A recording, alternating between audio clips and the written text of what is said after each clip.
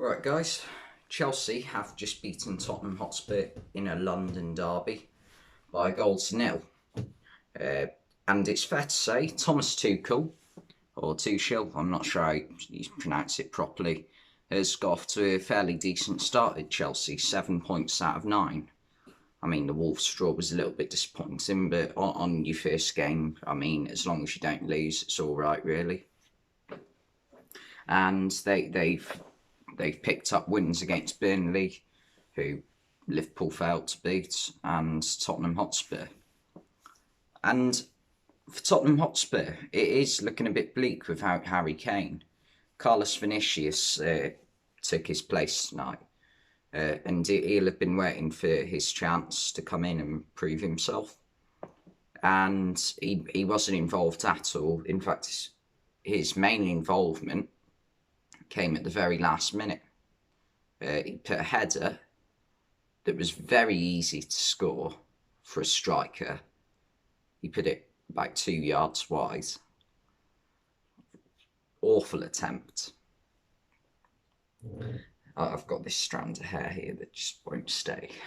Anyway, Chelsea, it's looking good for them. And it looks like Tuchel's working out how to play Timo Werner, which, I mean, Frank Lampard never really worked out how to do, did he?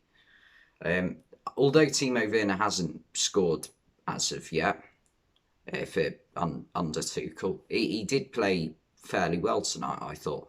He earned the penalty due to Eric Dyer's stupidity. Eric Dyer was just on the floor flicking his legs, and when you're doing that, if the striker's smart enough, it's easy to get a pen. And Jorginho tucked it away fairly simply. I mean, this season he has missed a couple of penalties. I was going to say he does have a good penalty record, but he has missed a couple. I remember Alisson saving one. And yeah, Chelsea, I thought I was a bit worried with Tuchel because I listened to, you may watch him, Rory Jennings on YouTube, and he raised a very good point in that by sacking Frank Lampard, you are replacing someone who cares about the club long term with someone who may only stay a couple of years. Like Lampard was going to be a long-term project, whereas Tuchel, I highly doubt he's going to be there in half a decade's time. And to be fair, he is playing the youth players. He's playing Tammy Abraham, Callum Hudson-Odoi, Reece James, Mason Mount, and that it is good to see.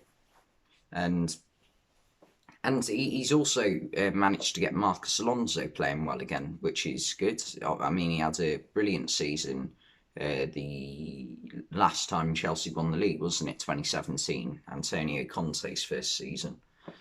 And the way Chelsea really won the game in the first half was by attacking down that right-hand side. Reece James, Callum Hudson-Odoi playing really well. And Christian Pulisic came off the bench, and even he caused havoc in the last 20 minutes or so. And as well as this, for Chelsea, you've also got options for Tuchel as well now. Like last season, their squad was a bit thin, and obviously they spent money in the summer, and Tuchel's now got Kai Havertz on the bench, so this is good. And another thing for Chelsea was, and for Tottenham as well, this is poor from Tottenham, because you'd expect Tottenham to just shut up shop, wouldn't you? Without Harry Kane, you'd expect pump it long to Carlos Vinicius and hope that he can do something with it and lay it off to Heung-min Son or Bergwijn or whoever, Lucas Moura. And nothing happened for Tottenham. Nothing. Heung-min Son was inexistent, and even in the second half, Chelsea was still finding ways to run at the Tottenham defence through through the midfield, whether it be Mason Mount, Mateo Kovacic, or Hudson-Odoi, Timo Werner, they were finding ways to attack Tottenham. And I thought Hugo Lloris actually had a decent game, to be fair to him today. I mean, he obviously made, I think did he make a mistake against Brighton? I can't remember the Brighton goal. But he definitely made a couple of errors against Liverpool on, was that a week ago? Yeah, and for Tottenham, where do they go from here? Because, I mean, where are they now? They are roughly, are they 8th? I think Chelsea might have just jumped them in the league. They're 8th. So 8th in the league for Tottenham, and I can't see it getting any better because, I mean, in the last 3 games, they've lost all 3. Sounds familiar. But no, we won 2 of our last 3, but we were crap the other night. But Tottenham, they've lost to Liverpool, they've lost to Brighton, and now they've lost to Chelsea.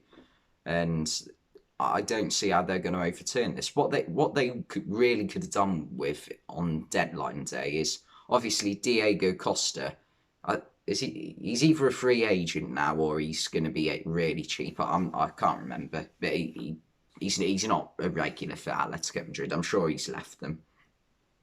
What they needed to do in January is they needed to get him in. I mean, he's going to cost nothing. He's going to be cheap as chips, and he does a job in a team where he's going to be isolated. Like we saw it when he played under Antonio Conte. That bit of a tongue twister, and he holds the ball up well, doesn't he? So I think Tottenham really should have gone for him, and he's been perfect Mourinho player, especially as backup for Harry Kane. Obviously, they didn't know that Harry Kane was going to get injured, but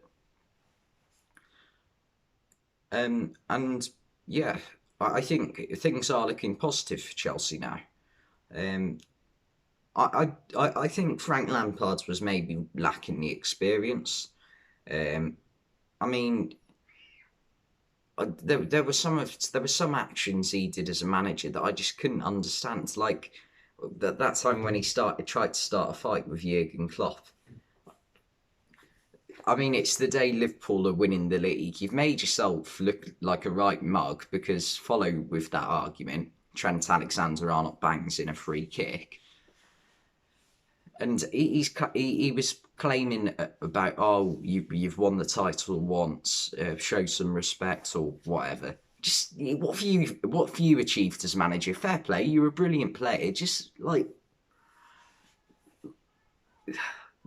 if anything, you should be looking up to people like Jurgen Klopp, Guardiola, Jose Mourinho, and he thinks it seemed to be that he thought he'd already achieved everything. You've achieved getting Derby County to 6th place, not miracles. Anyway, this has swiftly turned into Frank Lampard's rant from a salty Liverpool fan, hasn't it, really? But yeah, pretty much it for today. Thanks for watching, and could you subscribe if you are enjoying these videos, and leave a like on the video, because this does help me, believe it or not. Thank you, and I will see you next time.